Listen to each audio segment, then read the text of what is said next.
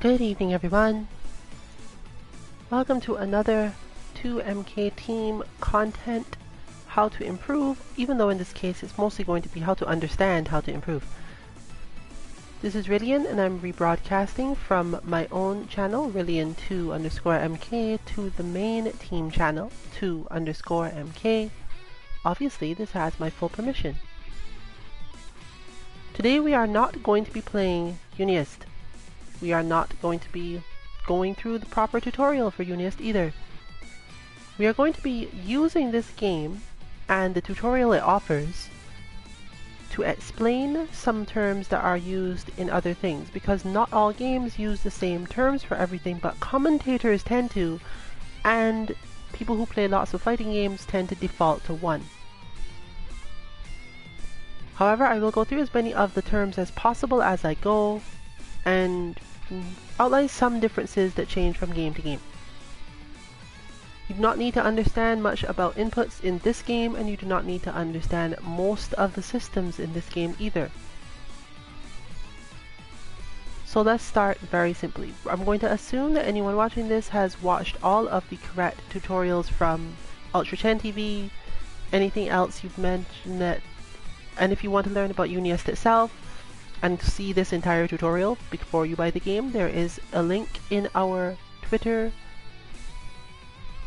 a reply to the one mentioning this stream actually, where you can find that tutorial, a playlist from someone on YouTube.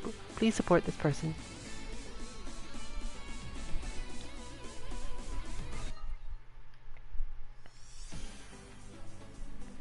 Now, this game calls this Assault, but we're not going to care about what the game calls things all of the time, because games use different terms for things.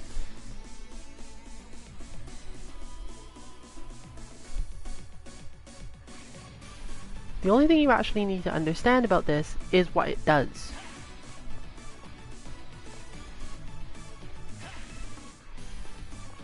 As you can see, and this will cover the rest of the tutorial as well, when one presses something correctly, it changes from yellow to blue, and the next thing appears, becomes yellow to tell you what to do next. I may not even bother finishing all of these. The concept though is that this button allows you to hop quickly.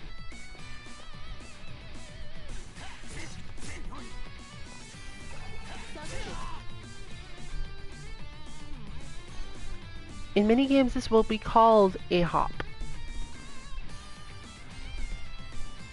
A few games have a different name for it, but it's definitely just a hop.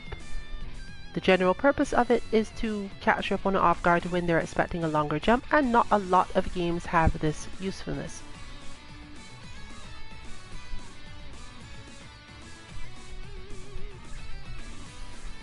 This game specifically has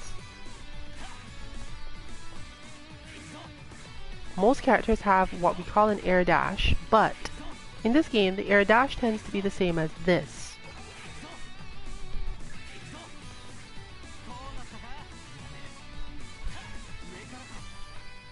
Note that this is a different thing if you're holding back, or nothing at all when you hit it. So it's specifically that you are hitting the same forward and D, but you're just doing it in the air, and it will cause the character to do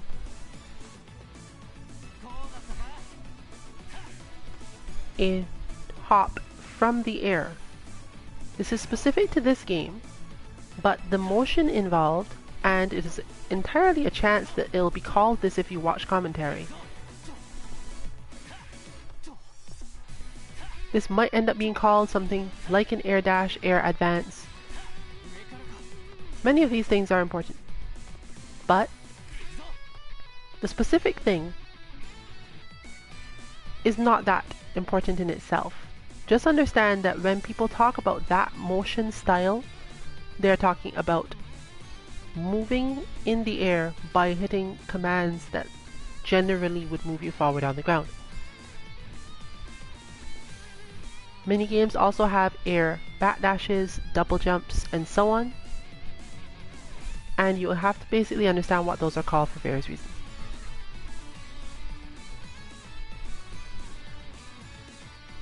This game mentions something called passing link. You may also hear this called target combos in some games, Gatling combos in Guilty Gear. Different games use different terms for this. But the simplest understanding of it is that you are normally tapping buttons quickly without having to time them in order to launch a string of attacks.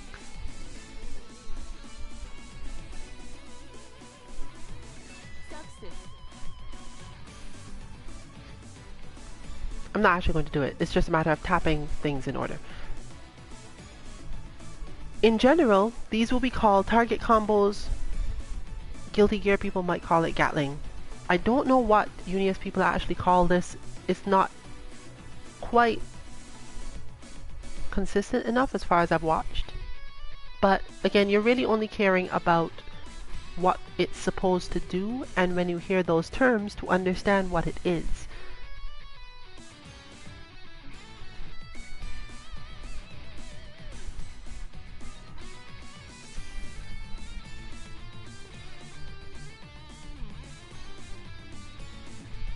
Understanding this, for example,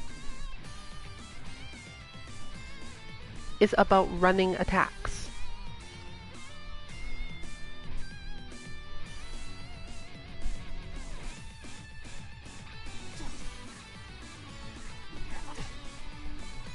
And running attacks in most games don't do all that much. They are there primarily to lengthen the range on moves that otherwise might not reach. Some games will call these dash moves, some games will call these run cancels.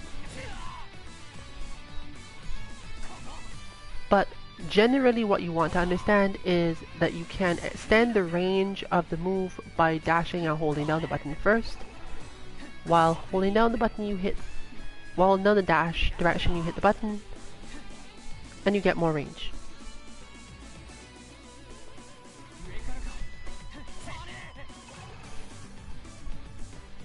Sometimes they're just called long, but note that in some games the properties of the move change altogether.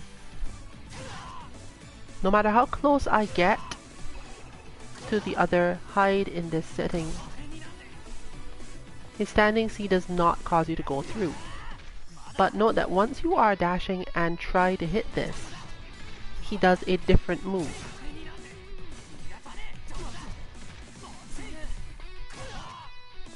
Note again that this is not a command normal. He doesn't go to the other side just because I'm holding forward. He must be running for this to work. Games like Tekken use this specific term, running, because they have moves that entirely only work that way. Whereas this seems more of an adaptation to a move that already exists. In Tekken you may get an entirely different move. In certain other games, you get differences in how far you can jump and the properties of even your jumping moves if you dash first or run first, then jump, then do other things.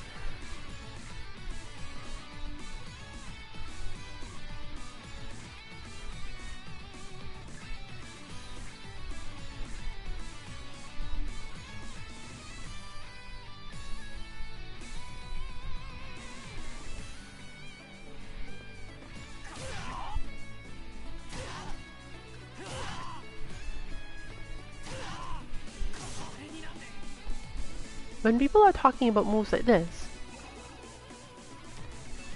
they normally just call it charged. The UNIST term is increase. It's unlikely we're going to hear that term a lot.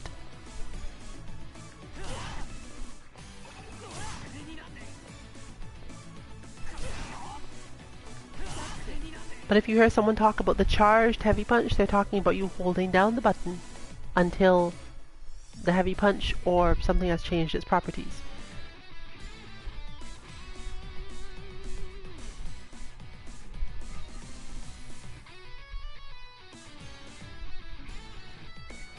Now this is a little confusing because it talks about rushing, but you don't actually have to do any moving.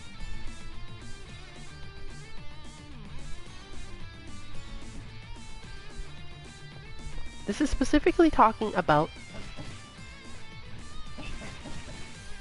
doing this. But the actual term used is generally chain. It doesn't actually get used all that often because there are not a lot of games where you need to do it, and it tends to only work on the lightest attack in the game. So people talk about cancelable crouching jabs, they talk about chain jabs, they talk about different little terms, but they're generally not specifically talking about a game mechanic in deep depth, rather the fact that you can cancel the recovery of one of these light moves into the exact same move, which has some purposes as explained by the tutorial itself. You will see this in a lot of fighting games. If you're familiar with the Street Fighter 4 era and weren't really into it, you'll find that UNIST is a very heavily modded version of Street Fighter 4. In terms of the mechanics it uses, most of them have been kept, whereas games like Street Fighter 5 tended to try to take them out. If you miss most of those things, this is probably the game for you. But these things have all expanded from many years of fighting game development, so whether or not they are in your game or not may not have anything to do with how similar the game is to Street Fighter 4. And it might not be Street Fighter 4 that started it, it just might be the one that everyone knows. Chip damage is a basic concept that really doesn't need a lot of explaining, but what does need explaining is understanding when chip damage is real and when it is not, because there is gray chip. Most games call it gray, even though it's not always gray in the game. It tends to be either gray damage or white damage. This is different from real chip damage. Real chip damage is basically, you'll note that the opposing Hyde, if you watch the upper right corner of the screen, is losing a very small amount of health every time he gets hit by that attack, even though he's guarding it.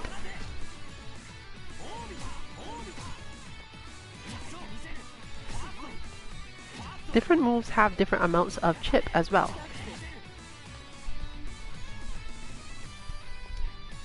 Chip damage normally comes from special moves in a lot of games. Some games have no chip damage at all, because they're made almost entirely of normal attacks, for example. Some games have white damage, which is a matter of doing some damage that is recoverable. Other games have blue damage. You're going to have to understand this very specifically to game, but the main thing to understand is that normally when people get hit, there is a different color that a certain amount of the bar has turned to, and depending on the game, you may understand what that is or is not. But chip damage is always the same thing. If it exists, it is actual health lost by blocking a special.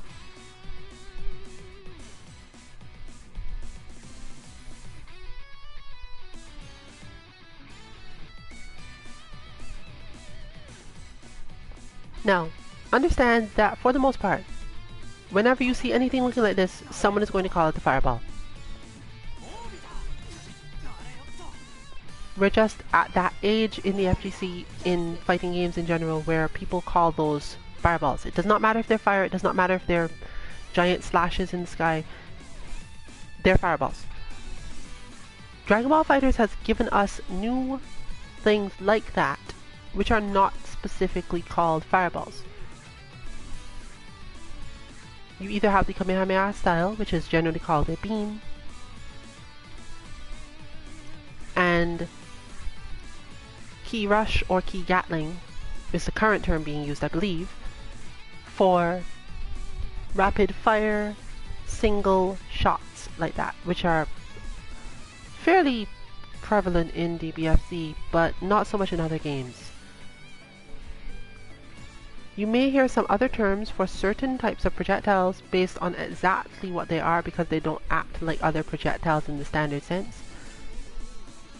But anything traveling across the screen or downward or sometimes upward depending on how it's launched. The point is that the main character is normally standing still and firing off this thing toward a specific space on the other side of the screen.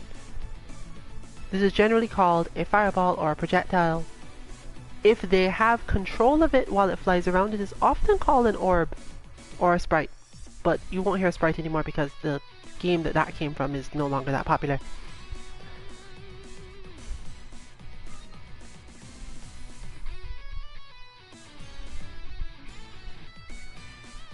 Invincible moves are generally not called that. In certain games, they are just called invincibles, yes, but it's often dependent on how they're done.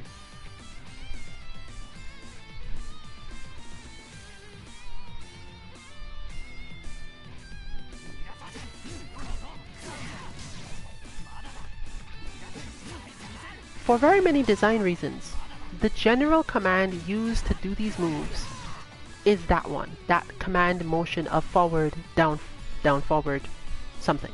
Sometimes it's the other way, like you start at back. For the most part, unless the move is EX type, in which case it might be just down to forward and whatever. Again, Dragon Ball FighterZ, you'll see a lot more of this. The point is, those moves have a term that is generally used that comes from various places. The move is generally called an uppercut or a DP, regardless of what it actually does. But many of them do actually do that one. There's tons of design reasons again why this is specifically the way they work, the way they recover, the way they're executed. But understand that when people say uppercut, they say DP, they say EX wake up, because EX wake up tend to be invincible when they are on certain characters. This is what they're talking about.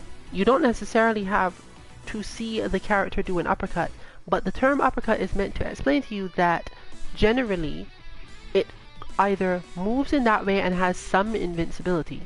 Not all of them do, but they might move in that way and therefore be called uppercuts. And generally that they're going to have that long recovery, they're possibly going to be invincible in some form of them, and they're intended to help you anti-air as well. Moves that wake up and are invincible but do not in fact save you from aerial attacks tend to have a different term, but because most of those moves are also EX moves, you might just hear EX whatever rather than someone specifically saying uppercut or even invincible throw, for example. Zangief has throw invincible stuff, Nash has throw invincible stuff, but because the move tends to be invincible only when it's EX, you will hear it talked about in that way. Super is also a term used if it tends to use meter in games where everything is basically a super.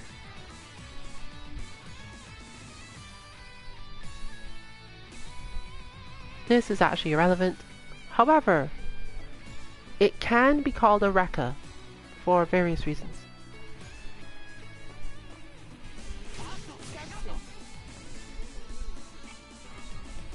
The main reason is that you often need to input a separate button hit while in the animation of a different move. This is unlike just comboing like that or like that, because you have specifically started a special, and the special itself has particular follow-ups that happen because of how you do them. The important thing about this is that they often have relatively complex ways of executing them.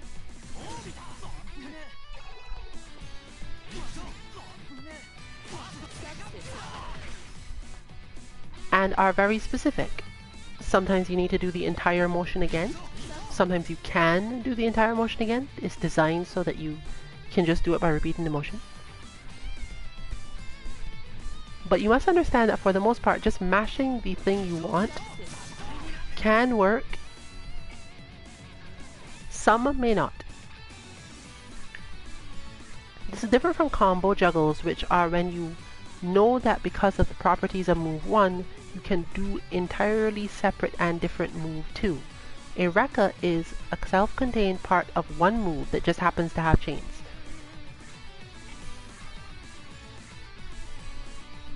Here's our EX special. This is generally the term used by most games now. When your attack use meter, they're generally called EX, except in Injustice where they're generally called meter burn or MB for some reason. That technically would be a better term, but for whatever reason they're just called EX. So, in Dragon Ball FighterZ and in UNIST, it basically means do the move with your heaviest button and it will consume meter. In other games you may need to use 2 buttons, and some games have no meter and therefore have no EX moves, but they have some things that sort of work like EX moves when you hit 2 buttons at once.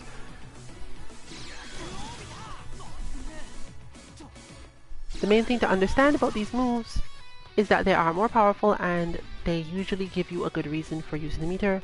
Some of them are not particularly more powerful but are less punishable. But in general, when you're watching commentary or listening to us, you're going to hear EX as the way it is described. In Dragon Ball FighterZ, the terms are still a little bit in the air, but I think it's settling on EX in general in commentary. And overall, we'll be trying to stick to that as well.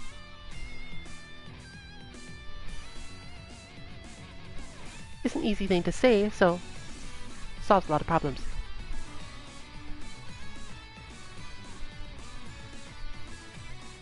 Now,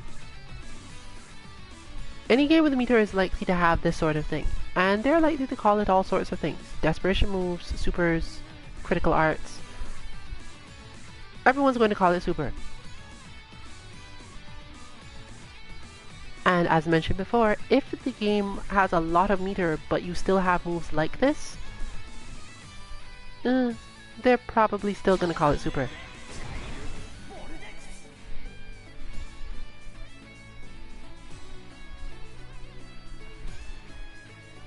The command does not matter. You can't necessarily say how it will work with any given character.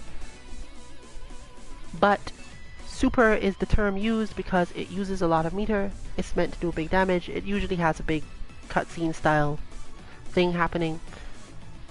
It's meant to look cool and hit hard. Often they are even invincible, but that depends entirely on the game, so don't go around assuming that supers are invincible in general.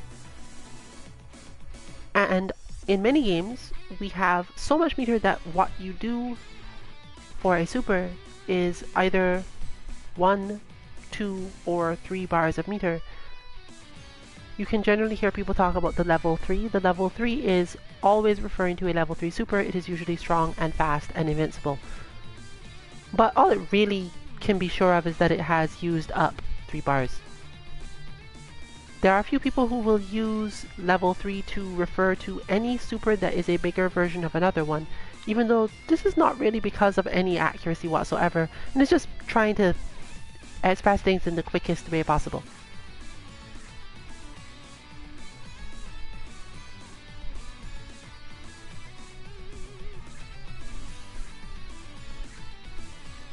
For example, in this game,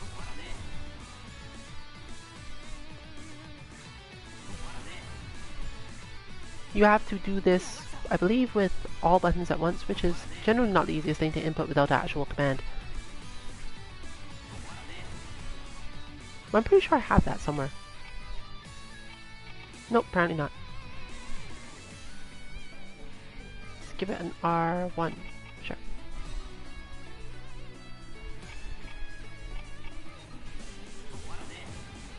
That apparently is the thing.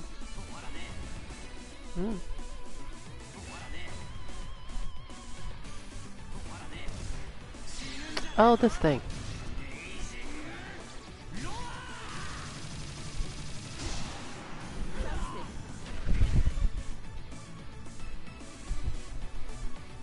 I would say I'm unfamiliar, but it's really that I didn't remember that that has to hit from there. So, there's a small chance that someone is eventually going to call that a level 3, even though there's no 3 involved. When they are activated by the player having a certain amount of health left, they are often called desperation moves, which generally isn't shortened to DM, and overlaps with King of Fighters, where everything is actually called a desperation move because that's how they used to be done. They were available because you had low health, and a lot of weird things came up there. Now, not so much anymore. But certain level 3s can also be called that because they generally tend to be used in desperate moments. They're also often not easily comboed, which is generally the difference between them and the standard level 3 concept.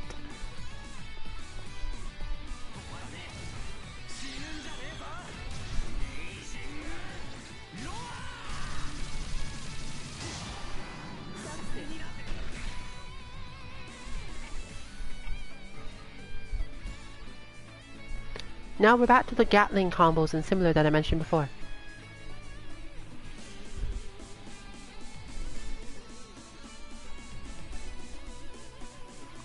In this game, this passing link concept, as noted here, does actually have a different order.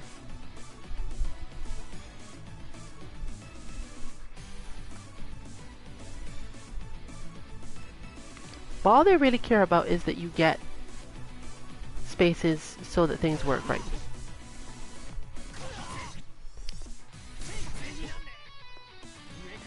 In this game it's important because it keeps the same sort of target combo timing that we mentioned before, and that's why you will hear it called that.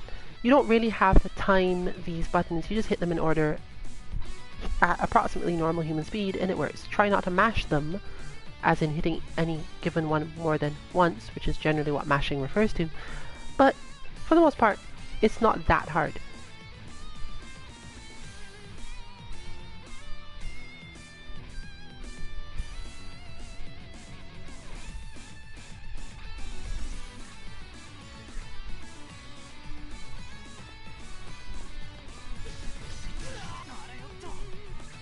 These become harder because your opponent is not on the ground, it's harder to target all of the attacks correctly.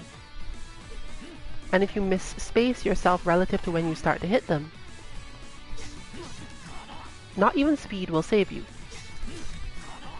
This is because no matter how fast you input the commands, the character takes a certain amount of time to do the attack, and usually they're dropping while this is happening.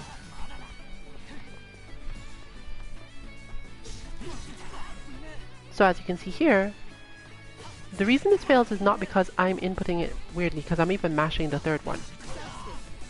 It has more to do with the height of the opponent and so on. This is different from a jump cancel, which we will probably mention at some other point, but this is specifically air target combo. For most people that is what it will be called, and you have to understand the specifics of it and why it is different from a jump cancel. Not only is there the air target combo, there are also combos that happen off of air juggles where you actually do land, but your opponent's state is different, so you get to hit them more.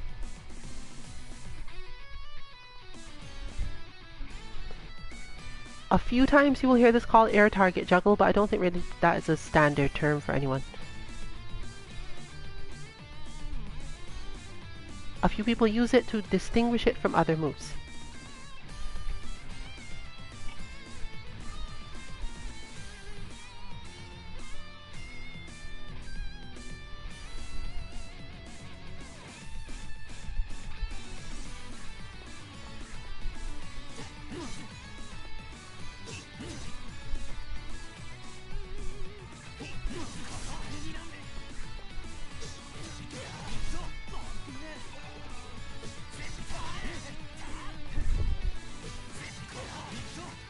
Now, the reason this is normally difficult for people who don't do this often is because we are tapping the buttons for the target combo timing, and then have to put in the motion at the correct timing.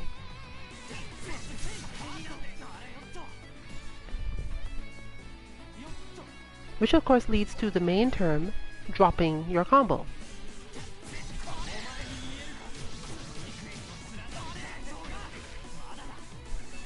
There are many reasons why people may drop their combos, but in target combos, this is often because you're so used to hitting these buttons really fast.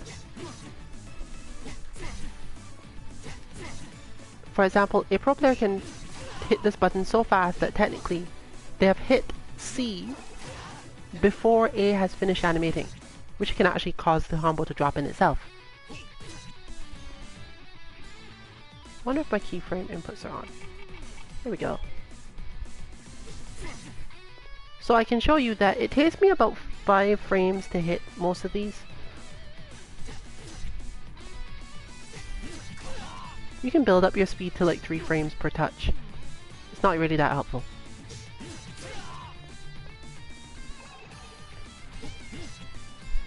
But you can see that with a certain amount of time, I can in fact hit these too fast for it to work.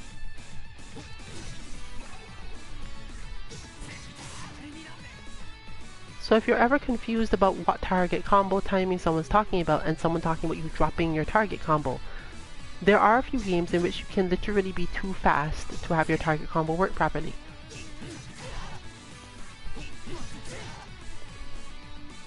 Therefore, it is quite often that someone builds up mashing their inputs as a thing that they do in their target combos because they need to double check that the last hit they've done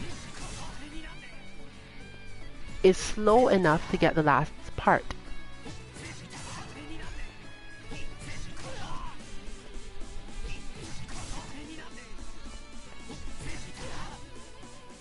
You can do it a lot of ways, and sometimes that's the correct way to do it.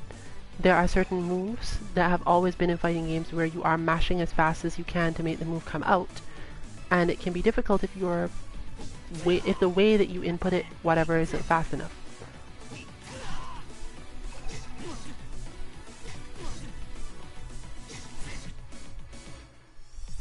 So, learning to do it quite quickly, it can be useful to you, but you should keep in mind that it is possible, in some games at least, to drop your target combo, or Gatling, but again we're going to be calling this target combo for the most part. It's possible to drop your target combo by being too fast, and some people mash in order to solve this problem. Now, that leads back to what I was mentioning before. If you've done that super fast,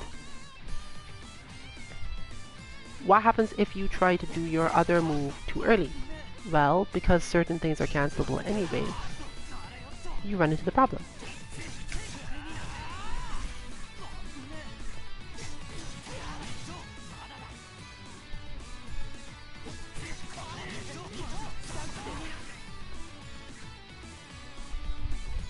So yes, you can absolutely be too fast, and this has more to do with moves where you are not using a target combo, where you are doing an actual link. Another thing that can be confusing about this game is that it calls it passing link, but the term link refers to when you have a certain amount of stun, hit stun, from a different attack. Enough to make sure that if you wanted to, you could literally wait until one move recovers entirely and hit the next one. Even for normal moves.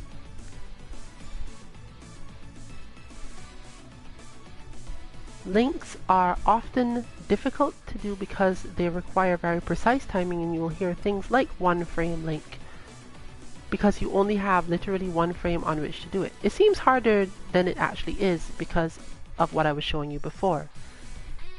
Over time, people tend to build up a certain rhythm for how quickly they hit things.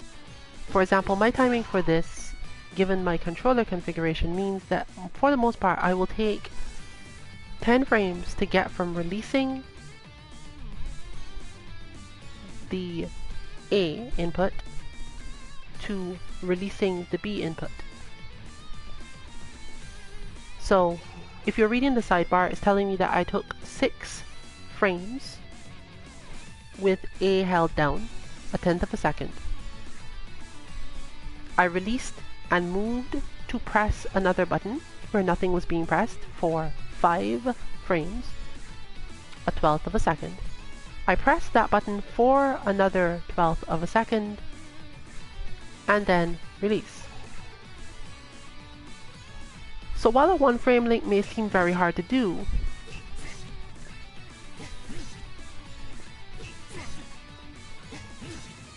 if I practice enough, you can tell that that probably comes out about the same every time. Sometimes it takes me 4 frames to come off of that, and sometimes it takes me 5, but there's a whole lot of little millisecond style stuff in the game that can cause those numbers to wobble. Overall, the point though is, once you've learned to do it and the timing is not too unintuitive, chances are that at least 50% of the time most of us can manage to do everything within 1 frame to 2 frames of each other. Muscle memory builds up and we're able to do it.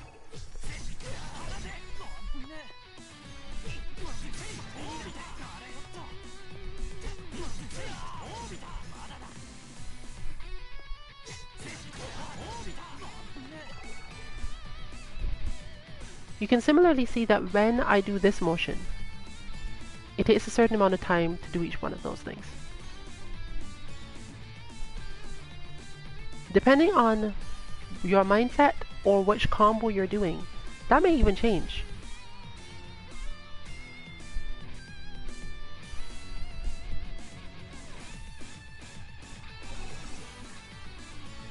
But for most of us, we tend to hold down for approximately 4 frames, get through down forward in 1 to 3 frames, and spend about 3 frames to 4 frames on the last one. With practice, you can get it down to like that, 2-2-2, 2-2-3 or something. This is fairly important for extremely quick reactions and scrambles and twitches, but for the most part you don't actually care all that much. It's simply understanding that for you to do this right, if you are slow and you have things like that, there are certain things that become harder to punish because you have taken too long to actually input the thing. This is another thing that leads to dropped combos and sometimes to execution errors, but execution errors are like this: when you're going too fast and you like end up heading in the wrong direction altogether. Not as common, unless you're doing half circles. Half circles can cause stuff like this, but the game tends to be lenient, which is another term we hear often. The game is lenient about it, and it makes sure that it reads your inputs as best it can, regardless.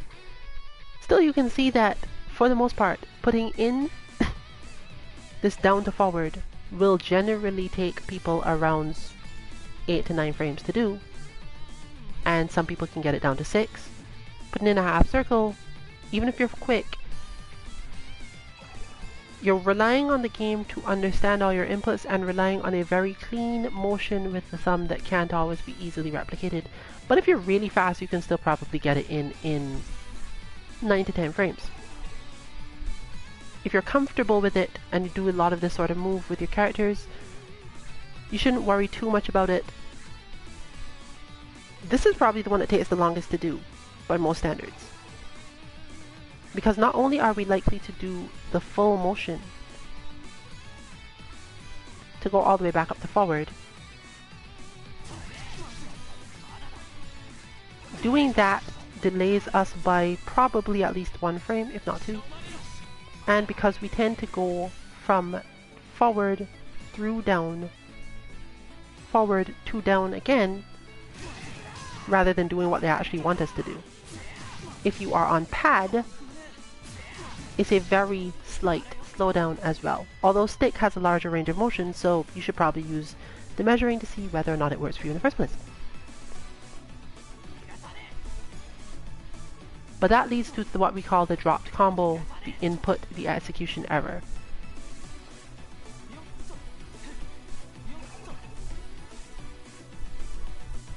Here we have the dash, for example. Most people, this is their dash timing. 4 down, 4 empty, 4 up, or 3 down, 3 empty, something.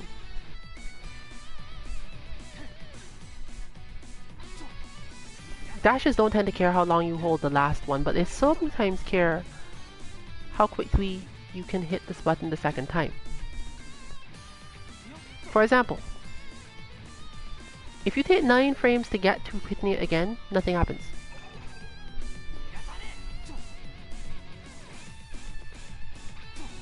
Six is allowable. I don't remember if 7 is in this game. I'd have to test for a long time.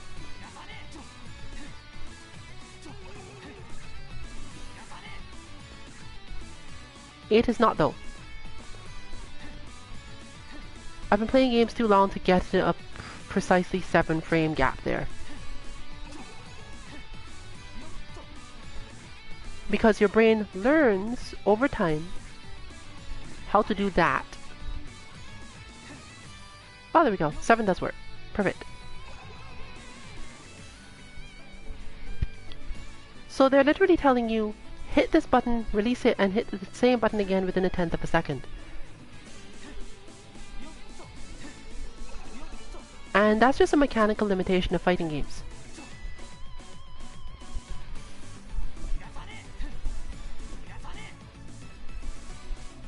So when you hear about input drop, it's usually frame related, and execution error has to do with being under stress and stuff. Well, let's try out this combo, because all of the problems that are possible in a combo come in here, and I don't play this character, so let's go.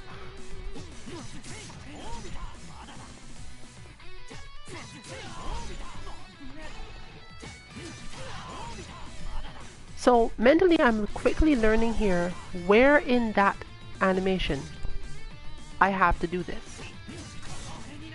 I can't do it too early because the standing C has not connected yet. If I do it too early, he does crouching C because I've done completely weirdness. So I can't do this too fast. Despite the fact that this is a target combo, I can't just go, okay, I'm going to read the combos on the side and do what I want, and we should be good.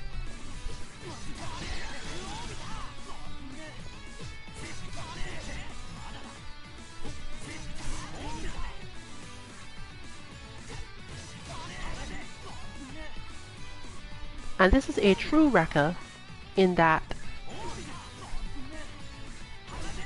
I have to do the second motion after the first one in a specific way.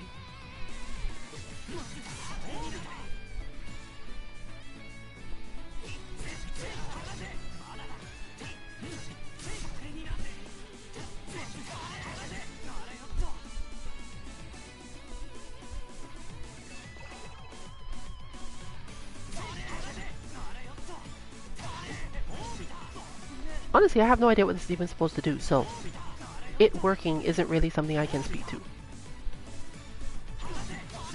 Oh, there we go. That means it's even worse. It is a true Rekka in the sense that it is a true Rekka cancel.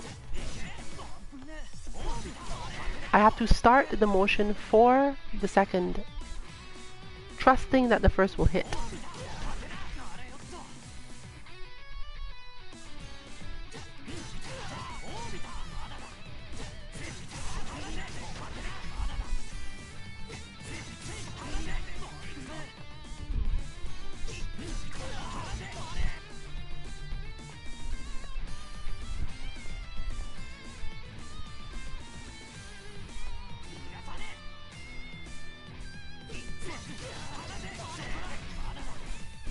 My mind keeps on reading that as back. Now, this sort of combo is one you do learn by muscle memory because you are hitting different buttons and we all have this issue. So when you hear someone talking about muscle memory combo or character unfamiliarity,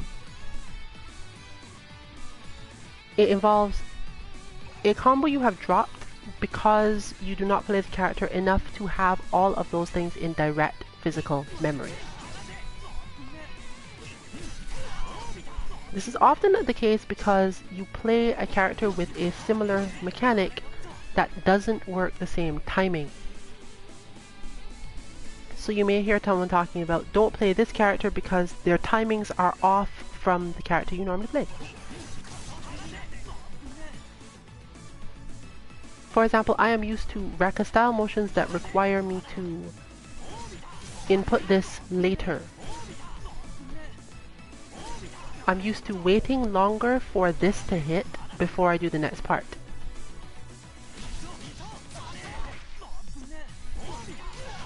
So, in this case, I'm dropping the combo because I have to trust the first hit and get ready for the next one immediately. You can actually, again, measure it in the sidebar. I'm only waiting a very small amount of time before I do the next one. But I can apparently be so fast that it doesn't work, maybe? No, it doesn't look that way.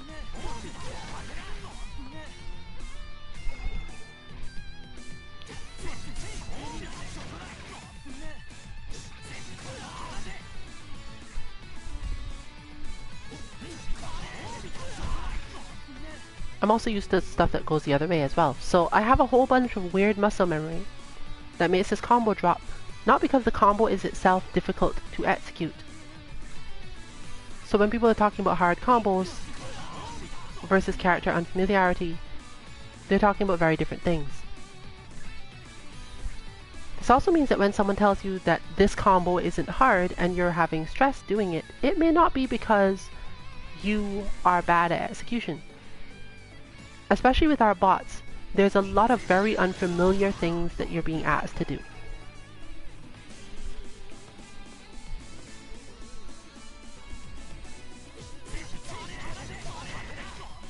Because no matter how I do this, you'll note that my input tends to be a quarter circle back with that button, and honestly I can't think of why. I don't know what character this is a thing I do on. Probably Colleen.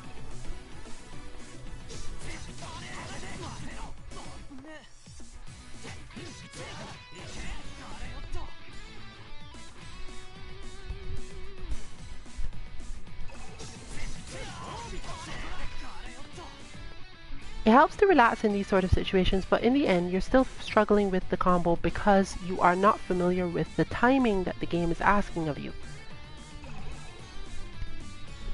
So when someone talks about an execution heavy character, they're usually talking about a character who has hard combos either for one frame link reasons, but also in other games, combos that have very many multiple different timings, and you have to keep them all in your head or in your muscle memory at once, making it harder to just pick up and play the character.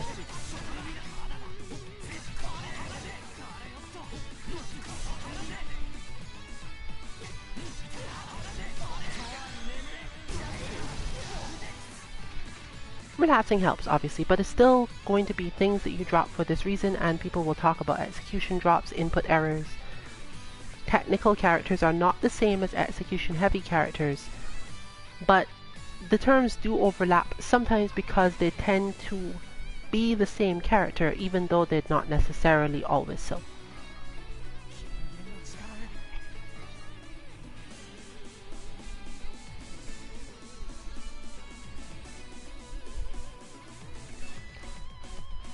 Next term is the deep jump in, or the high jump in.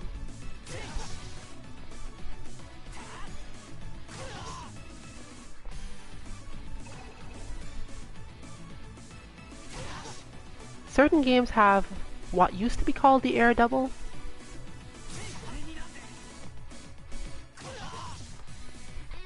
I'm not sure there is a currently accepted term for this specific thing, but many games allow you to attack once you have recovered from the first move in the air to do another one. This is a different type of combo. What they're talking about, however, Oh wait, no, they call that jumping target combo, I think. What this game is trying to get me to do, though, is do this.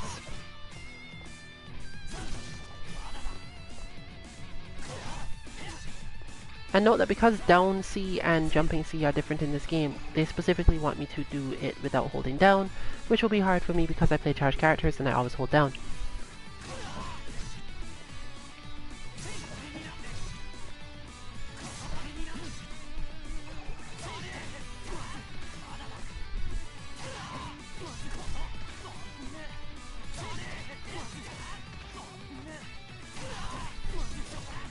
Now, the reason you see this sometimes fall even though I've mostly hit the right buttons is because if you hit too high with certain jumping attacks, and a lot of them are the type that look like they're supposed to hit high. The problem being that the button won't always work properly if you hit from too high because you won't land in time. There are two ways for this type of combo to drop, but it's still just going to be called a combo drop if you're listening to anyone talking about it. The combo drops either because you hit too high and you tend to use timing to decide when to hit the next button.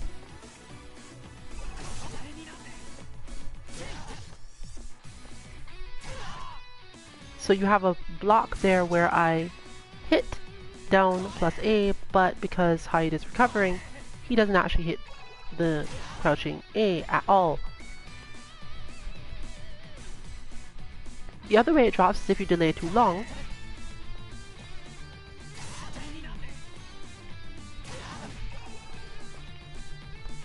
And for example, in my play, I would have expected what I'm doing now to already be too long.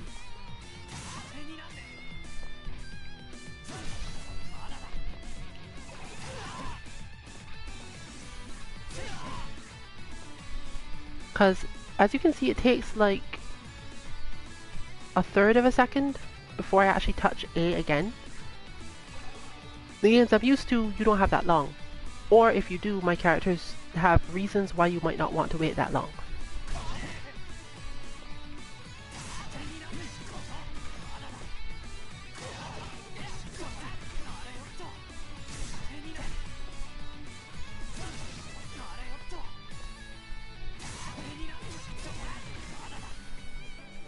Further note that when your mind has slowed down to tell itself, this isn't the one I'm supposed to do this fast, it's hard to quickly do the next thing for most people.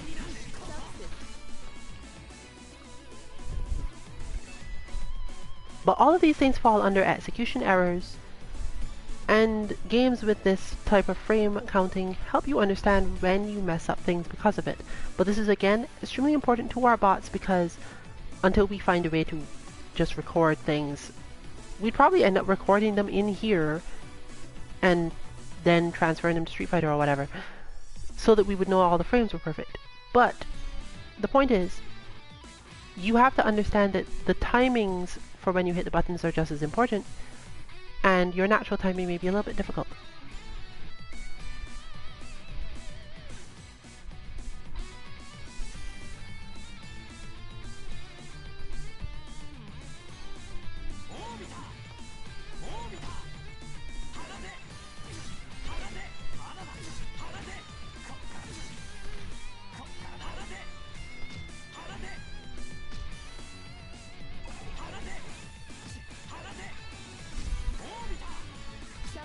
This is a simple thing that's just called air block. Certain games have specific special blocks that help you do air blocking better or enable air blocking at all. All you really have to understand about that is that it will always be called air block, and chicken blocking is something else that is specific to Marvel and has to do with holding up back from the very beginning. It's still air blocking, but it works differently because you're actually trying to get out of things.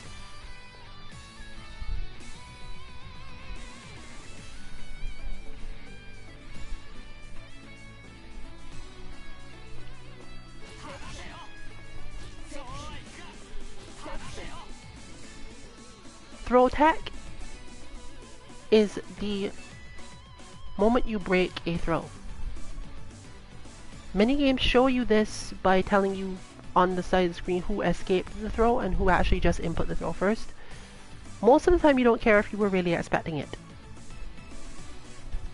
As you get better and better, it's easier to actually see it happening because you're expecting it and then confirm to tech the throw. This is different from breaking a throw, which is something that happens in 3D games more so, where you have already been grabbed, the throw is starting to move into a second phase or something, and you know the correct command to get out of it from there. A throw break is not always the same term as a throw tech, but it differs by game because in some games they're practically the same thing.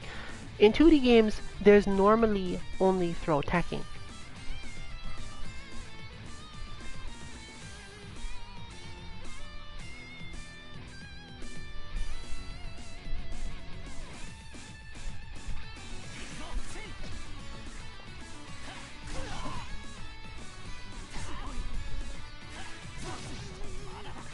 Right, don't hold down. I won't go through this one too much because again, timing, a lot of stuff relative to understanding your own character. And I'm probably going to be holding down forever. The thing you need to understand is that this is a short hop attack. It is called an overhead in this game, but this is because jumping attacks are generally structurally called overheads.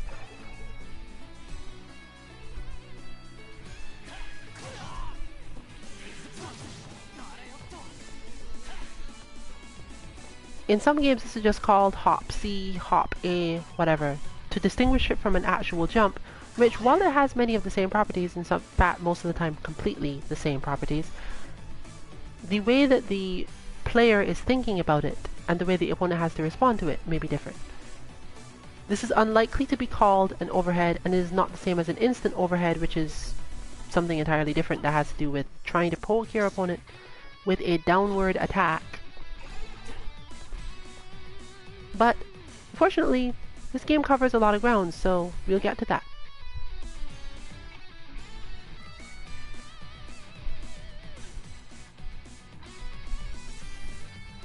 Now all of these terms are specific to how this game is explaining it. Guard stun is generally called block stun, and risky attacks are often called unsafe moves.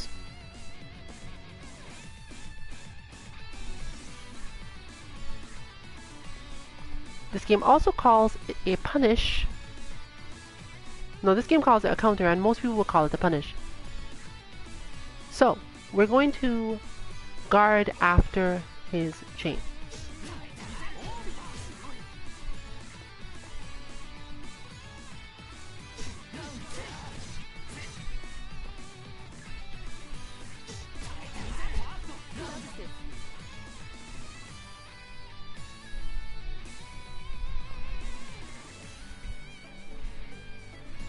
So, why does that have different terms? Well, mostly it's because different languages use different things and translations get weird and so on, but overall, understand that when people talk about counters and counter hit, they are not talking about what this is calling those things.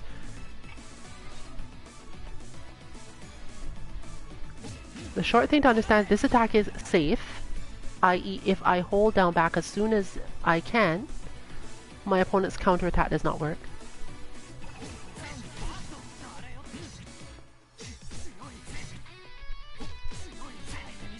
Still too fast. This attack is unsafe. Even if I hold down back immediately, I can't actually stop myself from doing it because of block stun and the animation of my move.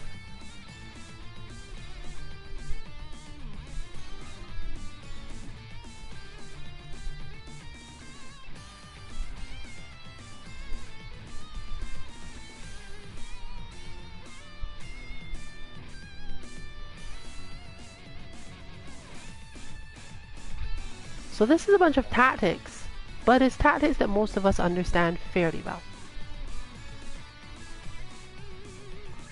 This game, however, has a specific form of actual overhead. If my opponent is blocking crouching, this move hits anyway.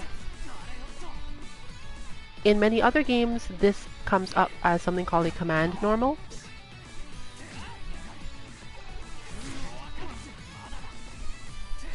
And in this game specifically, note if I don't hold the button, it doesn't have that effect.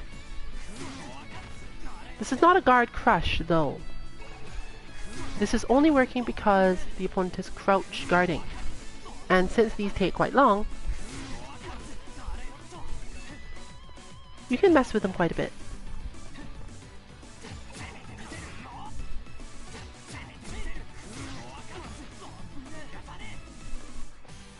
But more importantly, the game is specifically telling me to do this from crouching. And the reason it's telling me to do it from crouching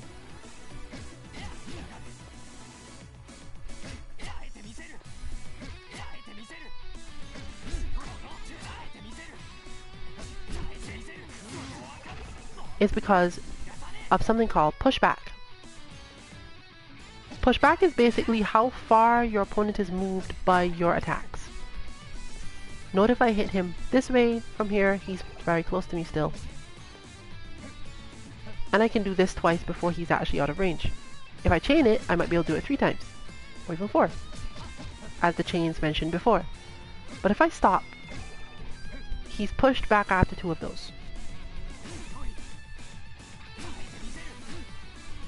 This is 3 because the range of the move is longer.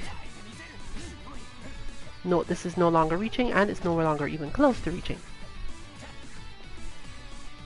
Pushback is part of what we will call spacing, and you need to understand it both from the perspective of I was this far away in the first place. Someone will say something like, well, you were at the range that was approximately the same as the pushback on your crouch light.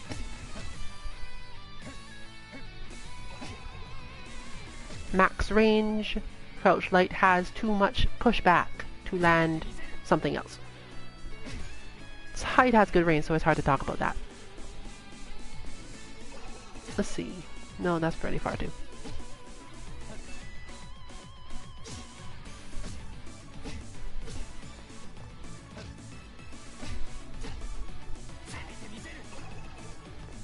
But understanding this and what pushback means, when people are talking about there was too much pushback, there wasn't enough pushback, pushback got changed,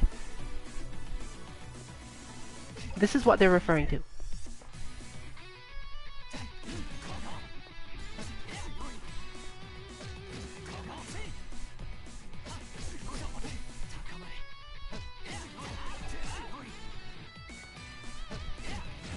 This game is going to drive my timing sense crazy. So this is fast, but that must be slow.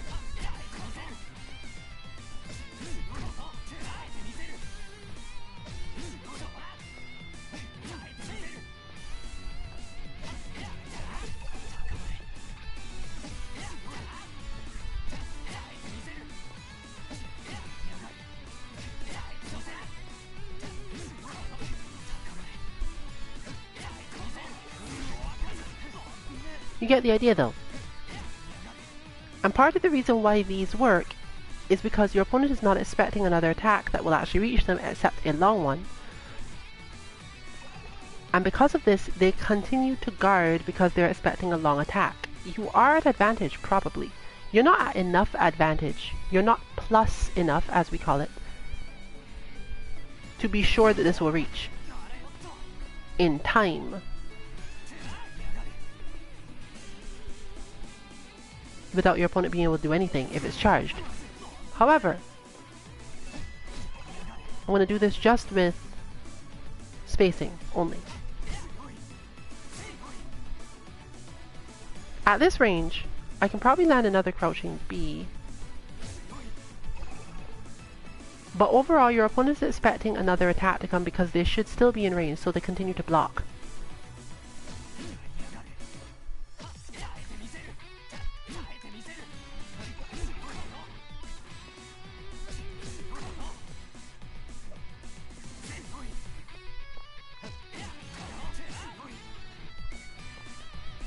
Now, if they were to attempt a counterattack or to get out of the way because they thought that you were going to do that, depending on their reaction, they might be just caught by this one because they'd have stopped blocking. They just get hit by this anyway because look at the range on it. Even dashing away or something would still probably get them caught by it. But because that move does not break guard when it's slow, sorry, it does not break guard when it's quick, the simplest thing to do is to keep blocking.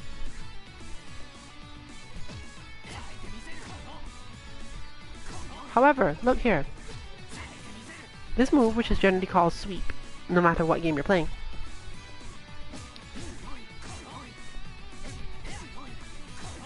still reaches here, which means they can't necessarily just choose to walk away either.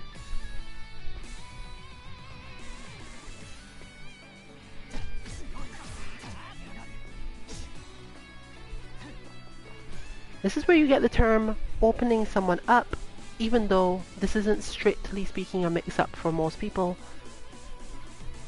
There is still a mix-up involved. There's the unreactable mix-up, the true mix-up, and there's the reactable mix-up.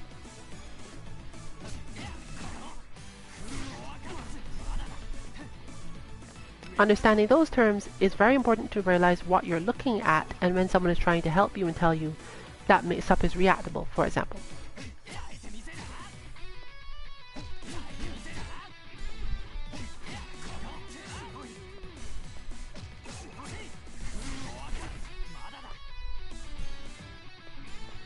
Just understand that when the game is telling you to do this, you are looking at more than just, okay, this is supposed to be a combo, this is supposed to help me hit people. The reason it's supposed to help you hit people is because of other options of guarding that they want to be able to do.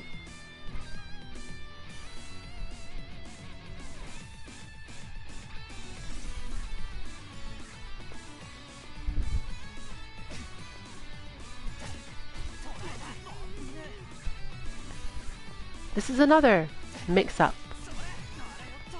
This is not, however, necessarily a tick throw. A tick throw is a specific thing.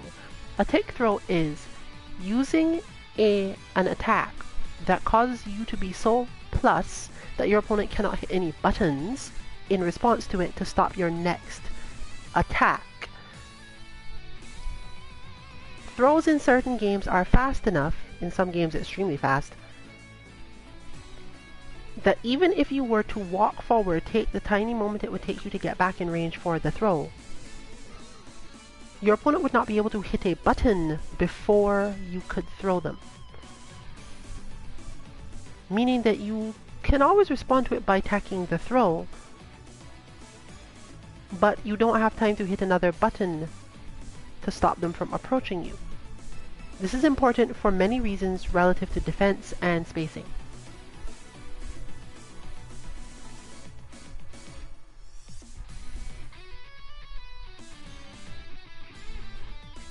Once again, they're using some terms that aren't necessarily used that often.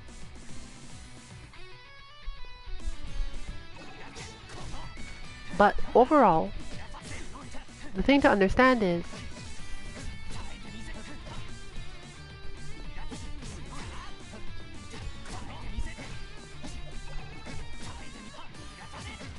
this is a punish that they're asking you to do. Oh, I already got past the first part. And the punish... In fact, let me go back to that.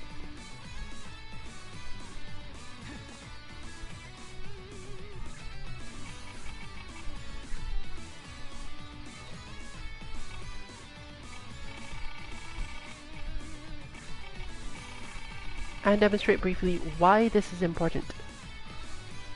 So this is calling it rushing after a guard.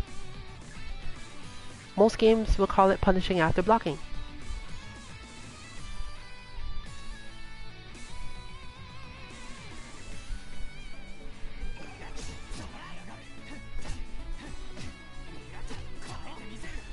So note the opponent is getting rather close with all of these attacks.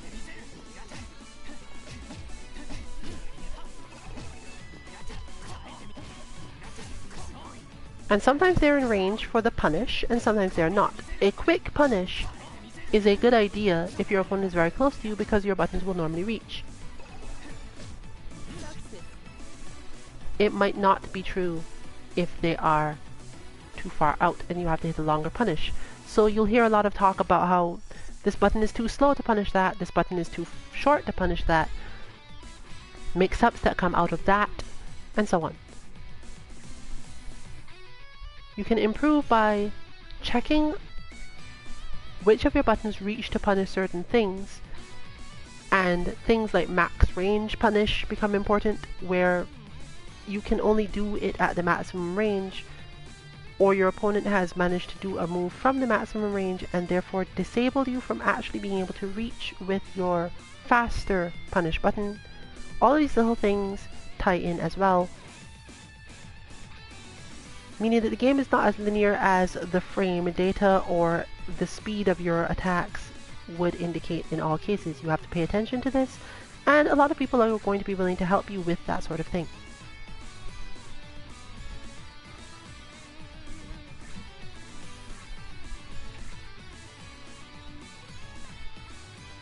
Now this is often called tech as well. It's not generally too ambiguous because it's relatively clear that you're talking about teching in two different terms altogether.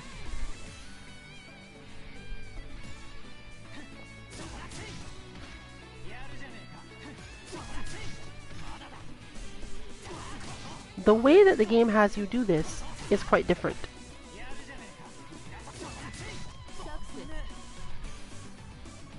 But most games that give you that option are just about hitting the button.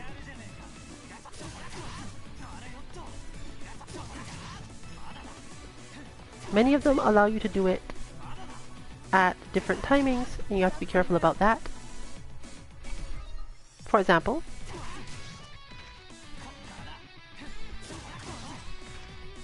if I'm doing this and mashing the button, you can't be sure that I will recover at the right time.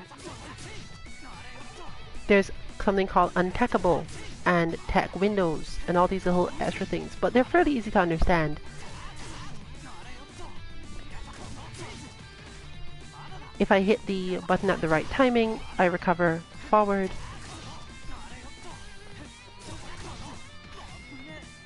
But if I wait until I hit the ground, as you can see, the recovery is a little different.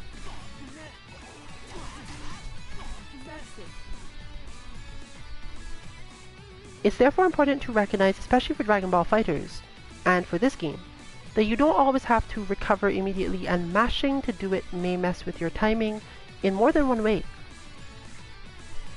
This means that the game becomes very deep in terms of whether or not you have to learn recovery timings for your opponent's moves, and this means a lot of characters.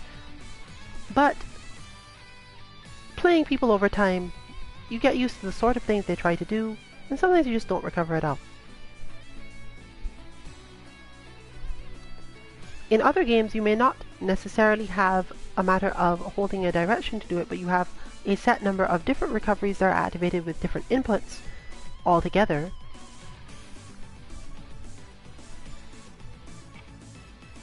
And in this game I can showcase the equivalent of those. That is what we will call quick rise. I have hit the ground. In this game I can delay it. In other games you can't always delay it. This is air tech and has various directions that you can do it.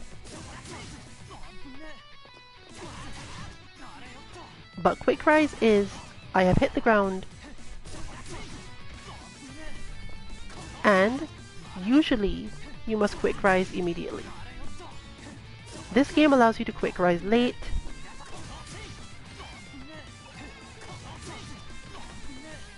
but it's unlikely that anyone will call it delayed quick rise because that tends to be confusing. However, you may hear the full term delayed the quick rise, as opposed to being confusing by saying that the other way.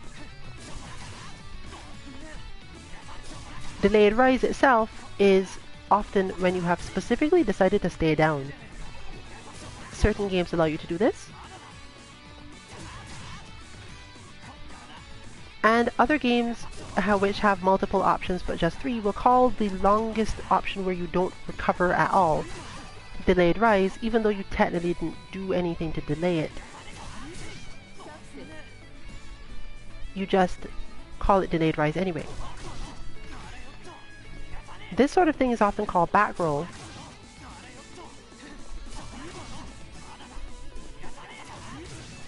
Air back, or back air tech.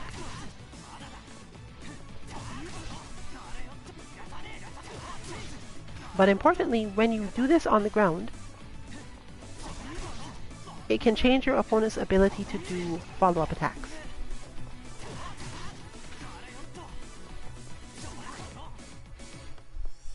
So in games like Street Fighter, when people are talking about covers both wake-ups, they're talking about the fact that something covers an attack that will manage to hit you even if you recover forward, or in this case, quick rise, or back. Normally you cannot do this on the delay rise or the normal wake up, but there's extra ways to get that done as well. Frame kill is something that refers to this, but I will talk about frame kill a little bit later.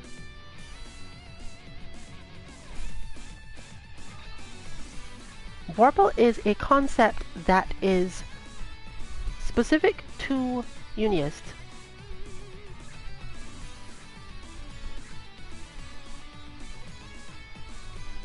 So let's talk about what this represents, more so than what it is, because it doesn't have usually a quite as visible representation in other games.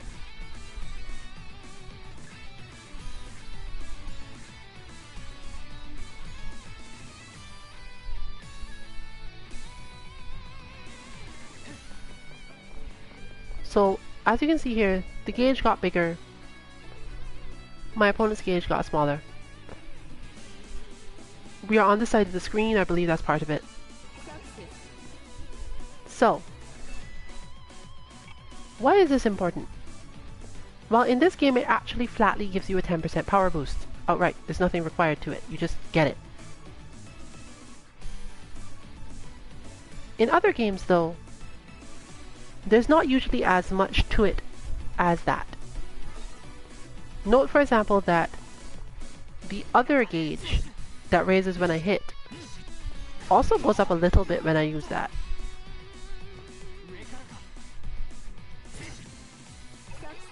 Or when I've recently hit an attack. But in some games, the single meter you're seeing in Dragon Ball FighterZ, in Guilty Gear, the meter that only rises when I hit would also go up if I were approaching the opponent and going forward. The thing you need to understand about that though is just momentum and meter building momentum. This generally doesn't have a specific term because every game tends to work differently with it. But if a commentator needs to talk about it quickly, or if someone is trying to help you quickly make an adjustment, they may talk about you being able to use your momentum. In other games, there's something called wave dash, which is not really the same at all and has nothing to do with it directly, but because of what it is, always builds up said momentum. In this game, it actually doesn't work like that. Walking forward will raise it, but for whatever reason in this game, there are probably some good design reasons for this. This form of movement generally doesn't do it, especially if you're quite fast when you try. So let's wait for the bar to reach its part where it stops. There we go. This will build up eventually because of specifics to do with which side of the screen you're on.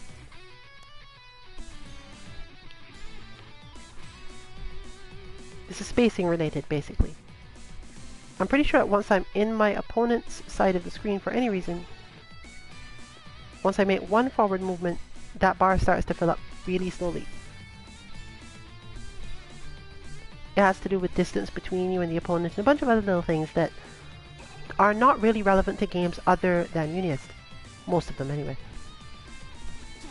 But the thing you should understand is this motion, in some games it's perfectly great, it helps you build up a lot more stuff.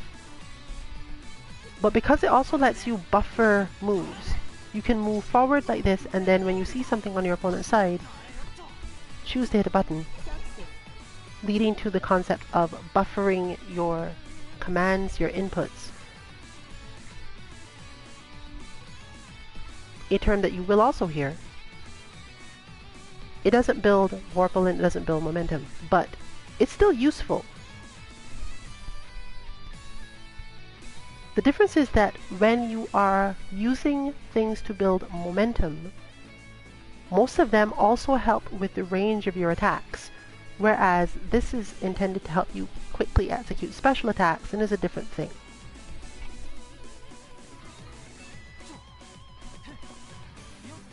By dashing backward, you also take away parts of that gauge. You also give some to your opponent. In other games, usually you don't lose any meter for backdashing or moving away.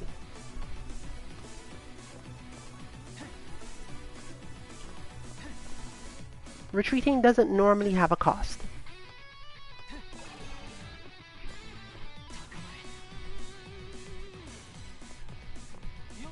So the thing to understand is why momentum is a thing that people talk about.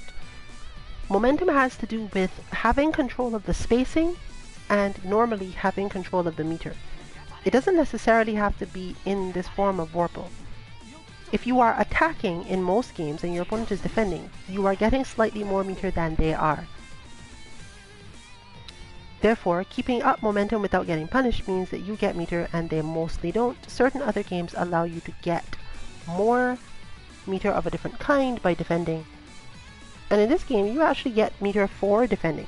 Vorpal goes up when you block in a particular way. So it's not as if it matters momentum-wise directly. Momentum and Vorpal are not necessarily the same thing. I'm only using this to show you what happens in other games, especially Dragon Ball FighterZ, where you are outright getting bonuses for moving forward.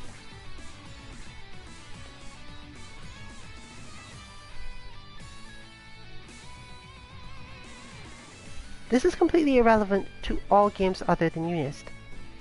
However, it does have a specific parallel in at least some games.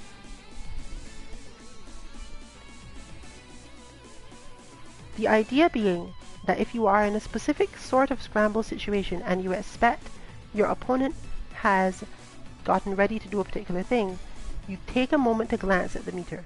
So we'll just call this meter watching. Understanding that you should take a forward movement because it's safe, just because that bottom timer that's circling at the moment, right now they're completely even, and if I do nothing whatsoever, it will functionally be a draw, and they will both get the Vorpal. Now if I wait until the very end, just before anything happens there, and take a forward movement, only my character gets anything. This has all sorts of little different reasons to be useful, but there is no single term for doing that, and in a lot of games you don't care about it. Just note that it is a thing to try to burst your momentum at particular moments in certain matches because it will take the opponent off guard or gain you some advantage, whether or not it be a system advantage or a stress advantage on your opponent.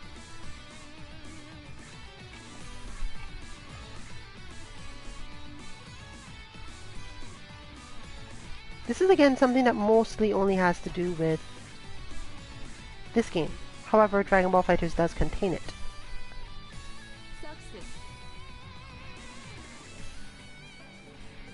It's simply powering up.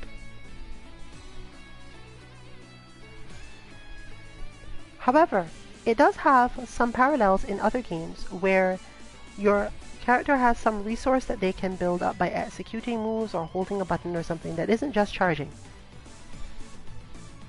For example, in Guilty Gear, Jam builds up what we are currently still calling cards, I believe, to power up her specials. You're basically looking for a moment in which you can safely do this to get an advantage. So the idea would generally be knock your opponent down and spend exactly the amount of time before they could counterattack, building up that meter. This helps lure them into attacking,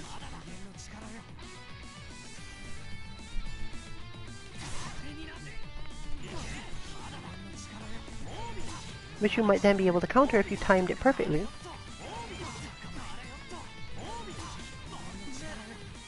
And you'll note that in this game, when you do this, it actually converts part of your other meter. You don't need it, but it does do it.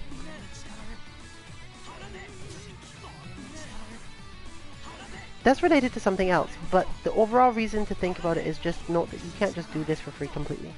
If you were at full meter and intended to do this, you might not have full meter anymore. Note that it doesn't happen if you are attacking at the time, which makes zoning, keeping people out with fireballs, important.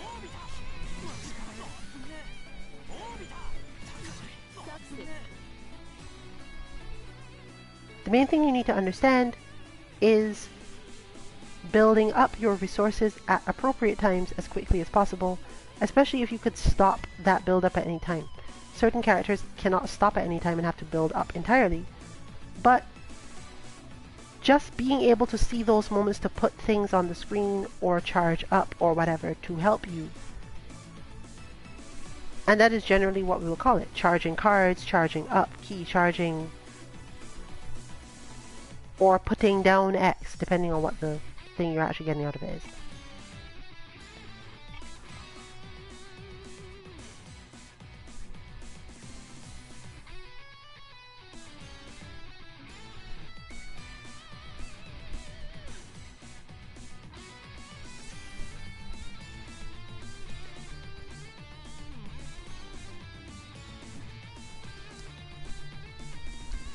This is a bunch of UNIST specific stuff.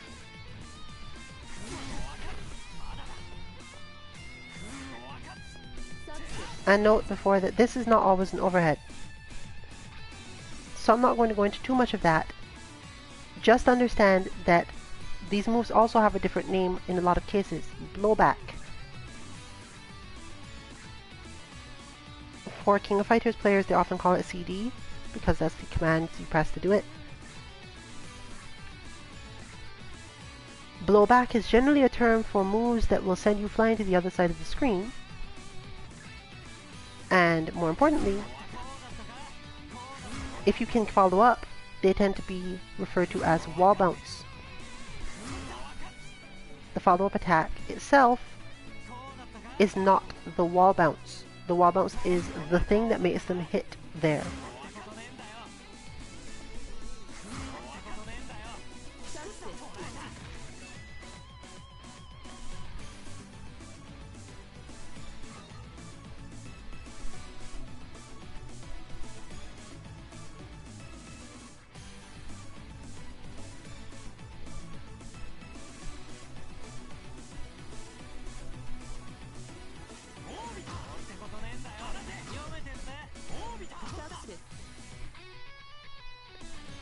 In many games this is called green block or special block, even though the game term may be different. Some games call something called advancing guard, which is a different thing and technically pushes you off. Push block. This game is actually shield, basically. And the term is actually usually shield outright.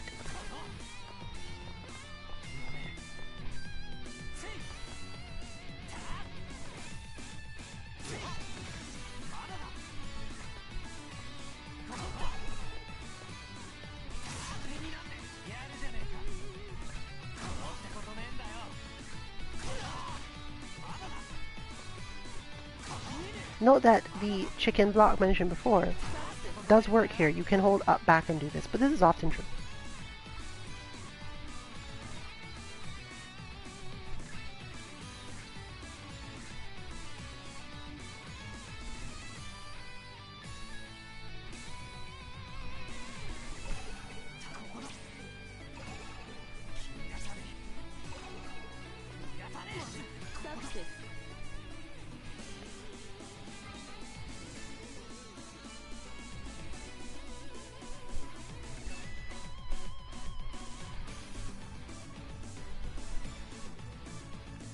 This has many names depending on game.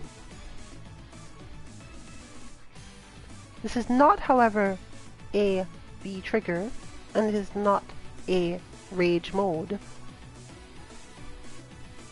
It's usually given a specific name by game, and it's entirely about making sure that you are in a special mode.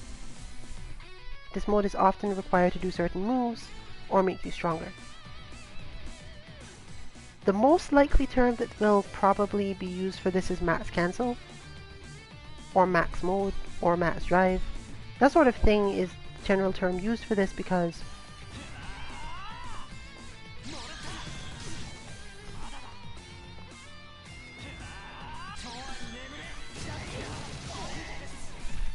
the easiest way to explain it is that you have done something to take off a limiter, but it won't always be called limit break because of the mechanics of the game.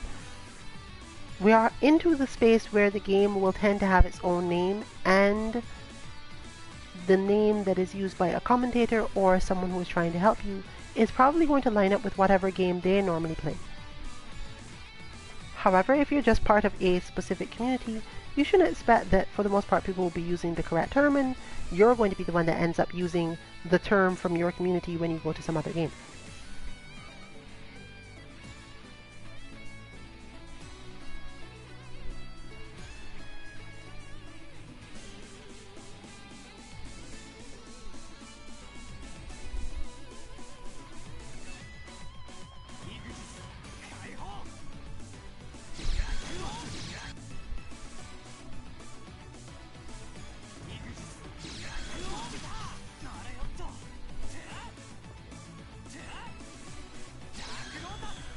Oh, this one. I hate this combo.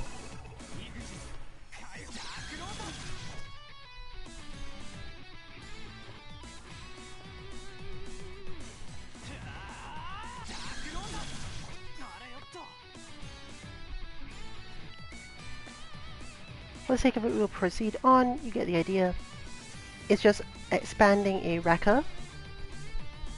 And as we go deeper and deeper in, I will continue to do this and use more terms in the quick sense that you would find them used, so that you get used to the idea of someone explaining things in those terms when glossing over something quick.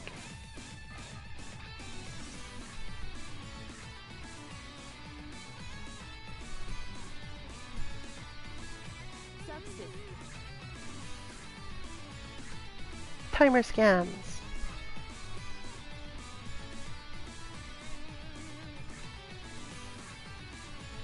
This is the term we call input priority.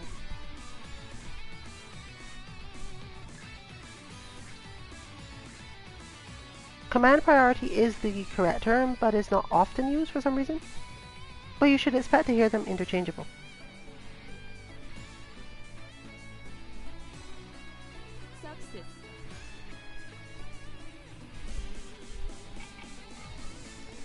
So now, with all of those in mind, I'm going to very, very rapidly go through things in the expert and to some extent veteran versions. I'm also going to skip over quite a lot of these in terms of actually doing them, but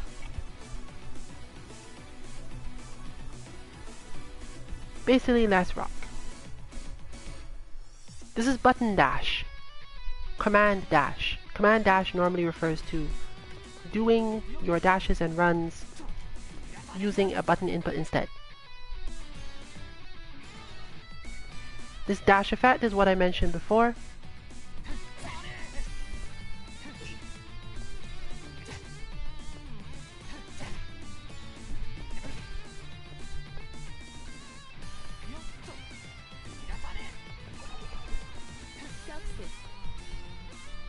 Note that in this game it affects your forward and up jump.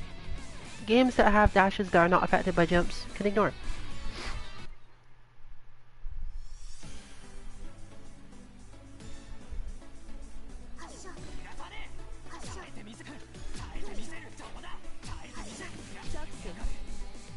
Simple.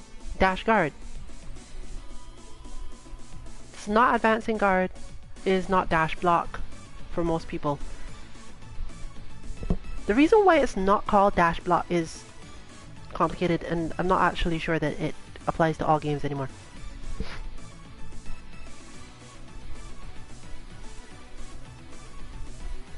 Dash up block is what you will hear because dash guard specifically refers to the ability to dash, cut your dash short, or cancel your dash into guarding.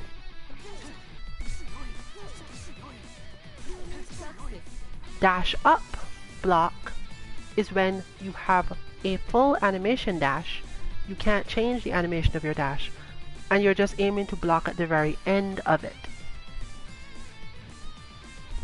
Some games don't have both those things.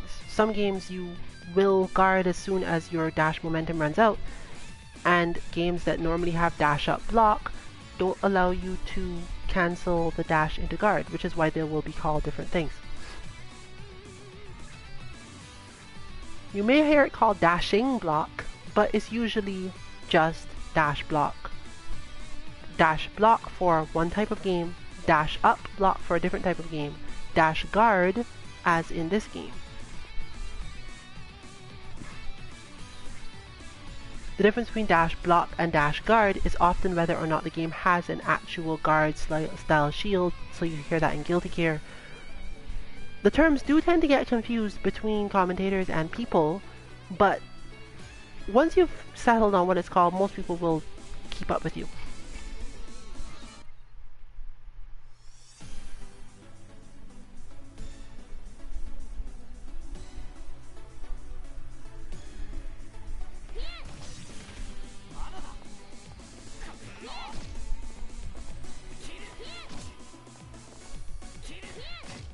I'm not really sure why this is called placing, but it is a term used taking up space, controlling space.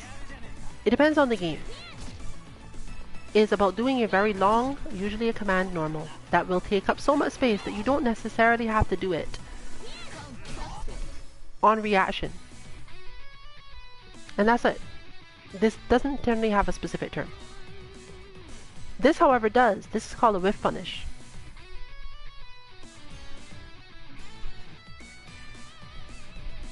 And as mentioned before, you might not reach, you might get guarded.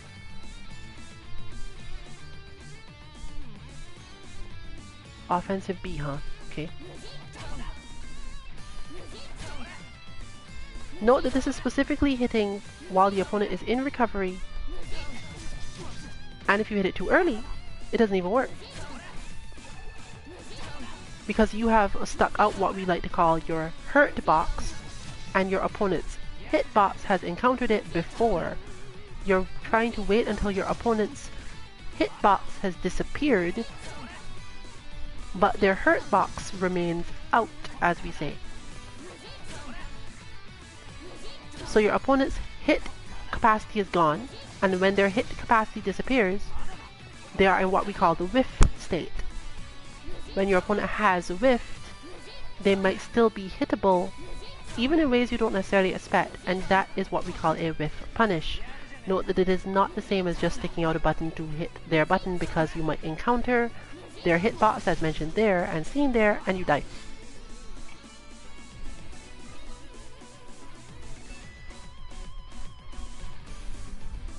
Simple. Anti-air. Now, of course, we want to anti-air with a move good for that purpose, but Not every move is good for that purpose.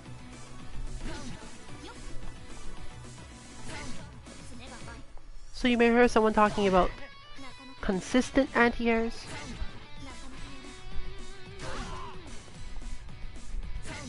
Timing their anti-airs. Understanding the range of their anti-airs, and so on.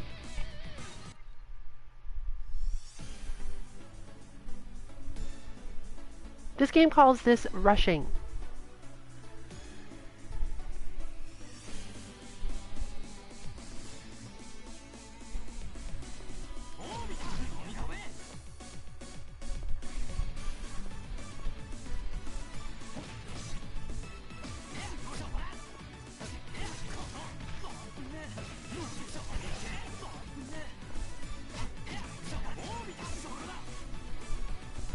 Oh, it's A they want.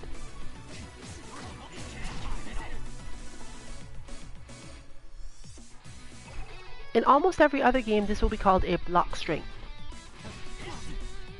The concept being that you can't get anything out of it. You can't hit buttons and escape from this.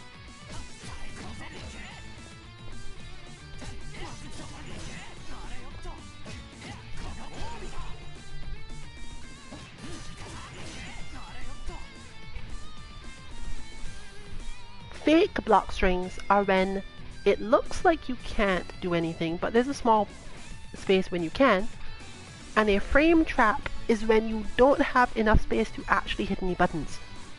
You will get counter hit instead if you try. So remember those very basically.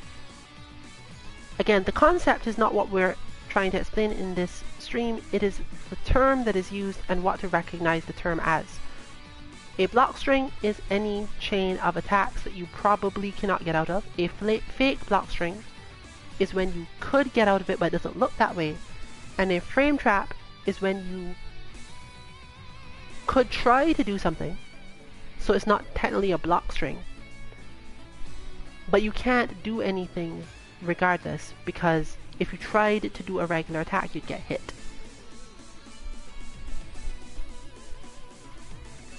Hit confirms.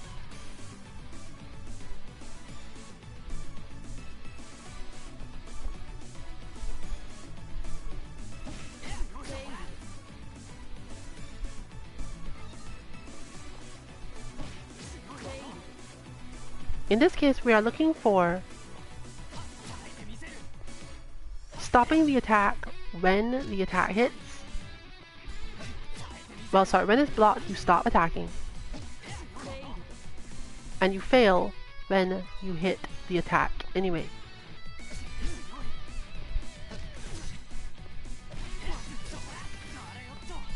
Games give you a fair amount of time to do this, for the most part. But some of us find it difficult for many reasons.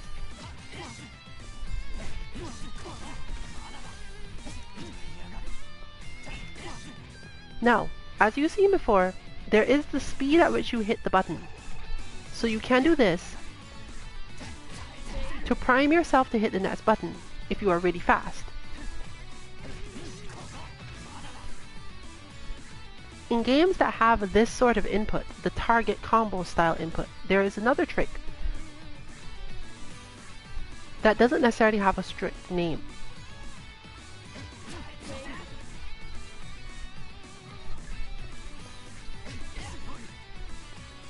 There is a timing, at least on a few of these, where if you are hitting, it will finish for you.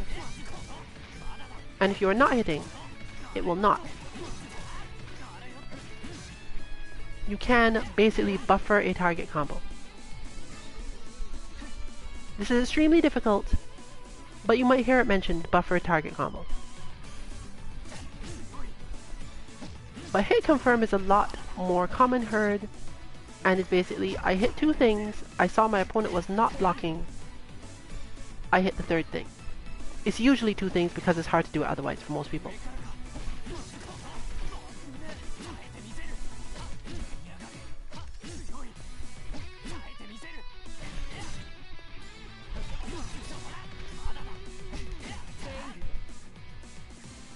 This takes a lot of practice. We have an entire bot for it for this reason.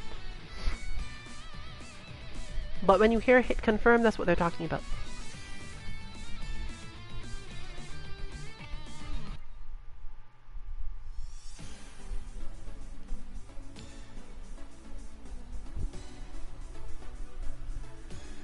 Priority comes in two forms.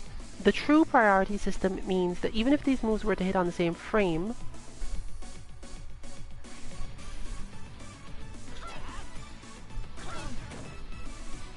it would still work. But there's the other kind, which is being demonstrated here. It has priority more so because it has a lot of spacing where it gets out of the way.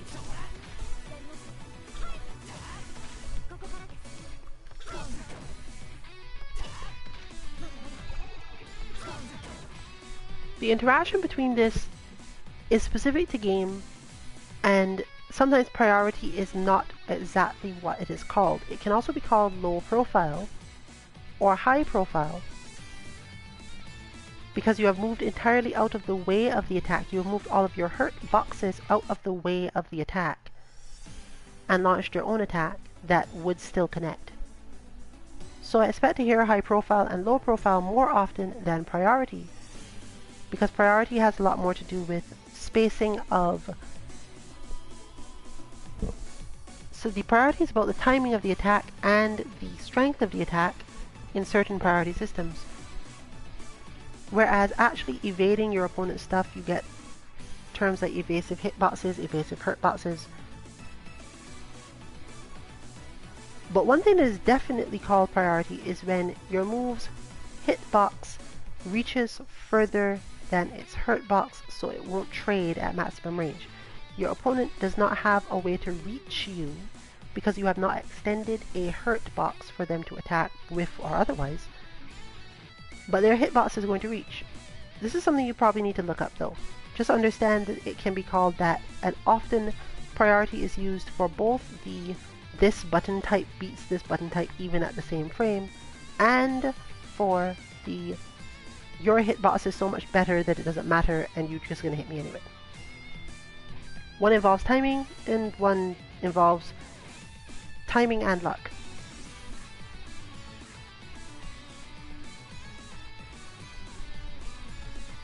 This is hit stun on both sides. But hit stun is usually used to refer to the opponent.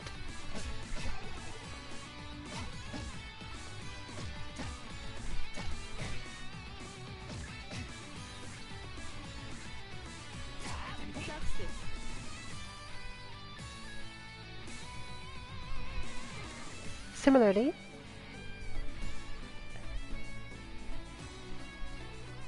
this is also generally called hit stun or block stun.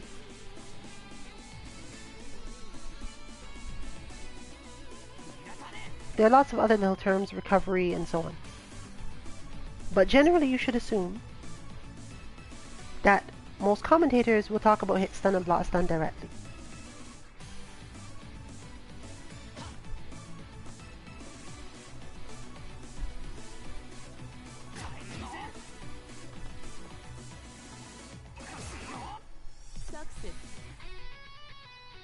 This is the standard way of measuring it, and they taught you how to do it in the tutorial.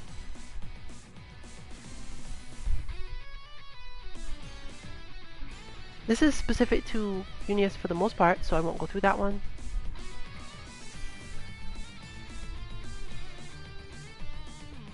Basic idea is cancel out of one so that you can do another one quicker and save yourself the problems. It doesn't work in most games.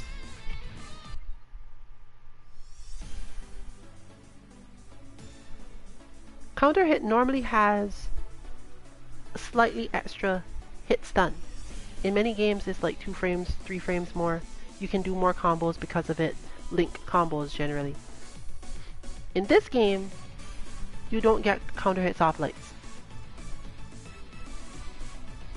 Apparently some moves and characters can't be counter hit in this game as well. This is true in some other games, but you don't tend to find it as much.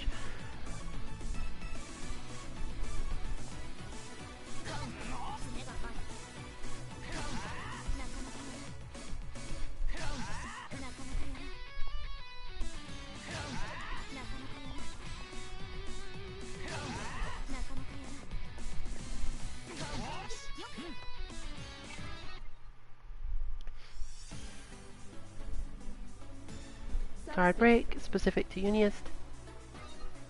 Damage scaling or proration. This is a term that's become more important lately in Dragon Ball FighterZ stuff, and it's the last thing I'll be covering on this stream. It's pretty simple though.